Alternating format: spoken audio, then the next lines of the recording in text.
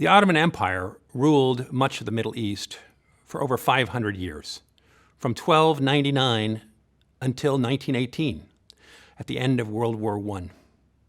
The modern successor states of the Ottoman Empire did not emerge organically.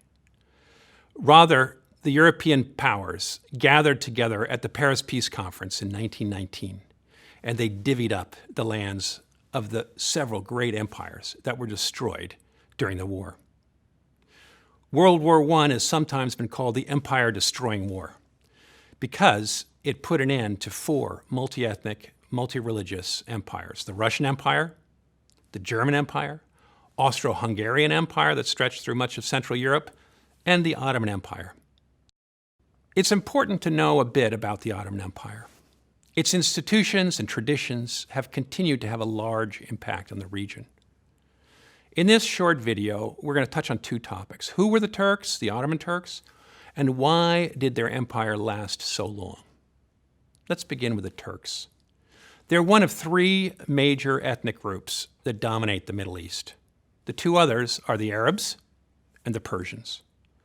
The Turkish people come from Central Asia, and by the middle of the 11th century, Seljuk Turks had descended into Iran and conquered much of that territory, ruled it, and they'd moved up into Anatolia, the landmass that's today the heart of Turkey.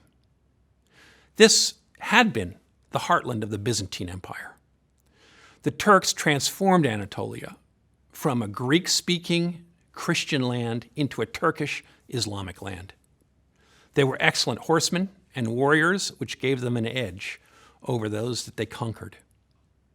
Osman, the founder of the Ottoman dynasty, was one of these Turkish tribes wandering around Anatolia, and he was very successful, began to conquer out and consolidate his lands around 1300. By 16th century, the Ottoman Empire had reached its zenith and was the largest empire in the world. Its lands stretched from the outskirts of Vienna, down through the Balkans and Greece, right around the Mediterranean to Somalia in the south, Algeria in the west, and to Iran in the east.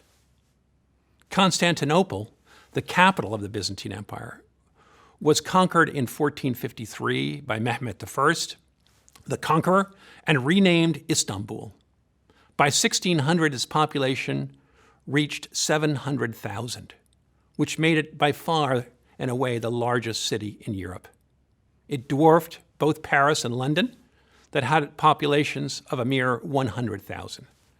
Its mosques, such as the Süleymaniye in Istanbul, were the most magnificent and largest buildings in the world. So why did the empire last so long? The strength, success, and longevity of the Ottoman Empire were due to its powerful institutions, its stability, and culture of relative tolerance, at a time when the European states were in chaos and very intolerant. The pillars of the Ottoman state legitimacy were its dynasty and religion. Religious leadership and loyalty to the Ottoman household were key factors in keeping the empire united.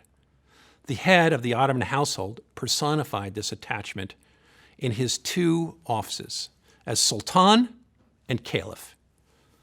The title Sultan means the person who holds power, the power holder, and is synonymous with the English word king. The title Caliph means the successor to the Prophet Muhammad, who started Islam.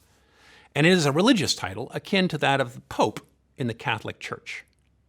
So this placed the Sultan and the Caliph, which were in one person, at the head of the Islamic religious establishment of Europe, as well as the head of the temporal power. In a pre-modern world where authority and morality was seen to be granted by God, this was a powerful combination. His heavenly mandate was reflected in his Islamic titles, such as the shadow of God on earth. That's what he was announced as. Janissaries formed another major institution. Key to the success of the Ottomans were its military. The Janissary Corps, which formed the first professional standing army in early modern Europe, was at the heart of this rapid expansion. From 1380s to 1648, the Janissaries were recruited through what was called the Devshirme system. And this was the taking or enslaving of non-Muslim boys, largely Balkan Christians.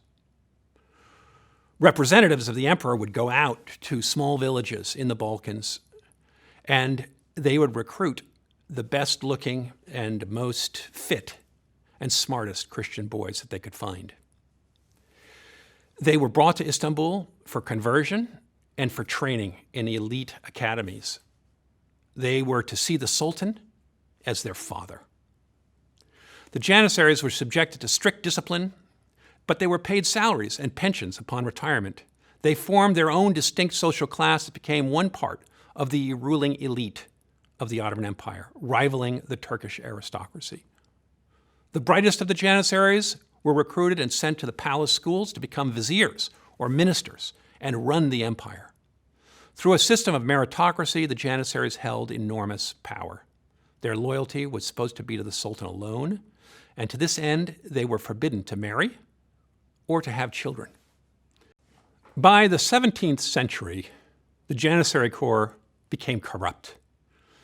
It was not infrequently involved in efforts to overthrow the Sultan. But for centuries, they provided a level of professionalism, loyalty, and expertise that was unrivaled by monarchies in Europe. The Ottomans established what became known as the Millette System, which has been called an example of pre-modern religious pluralism. A millet was a confessional or religious community, a group abiding by the laws, let's say, for Muslims, Sharia law, Christians, canon law, Jewish, halakha. Millet literally means nation in Arabic and Turkish. But the people of a millet were bound to their millets by their religious affiliation rather than their ethnic origins. The head of a millet, most often a religious hierarch, such as the Greek Orthodox Patriarch of Constantinople, reported directly to the Ottoman Sultan. The millets had a great deal of power. They set their own laws and collected and distributed their own taxes. All that was required was loyalty to the empire. Each millet was organized as a social pyramid, the head of which reported directly to the Sultan. In this way, minorities were protected in ways they were not in Europe.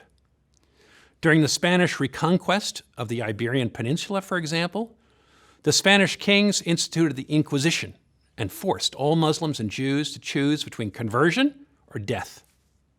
Many of the most talented people and most educated people of the Iberian Peninsula fled.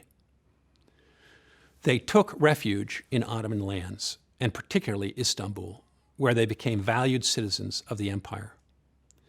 This tolerance and legal protection for religious minorities in the Ottoman Empire was a great source of strength and richness, both monetary and intellectual.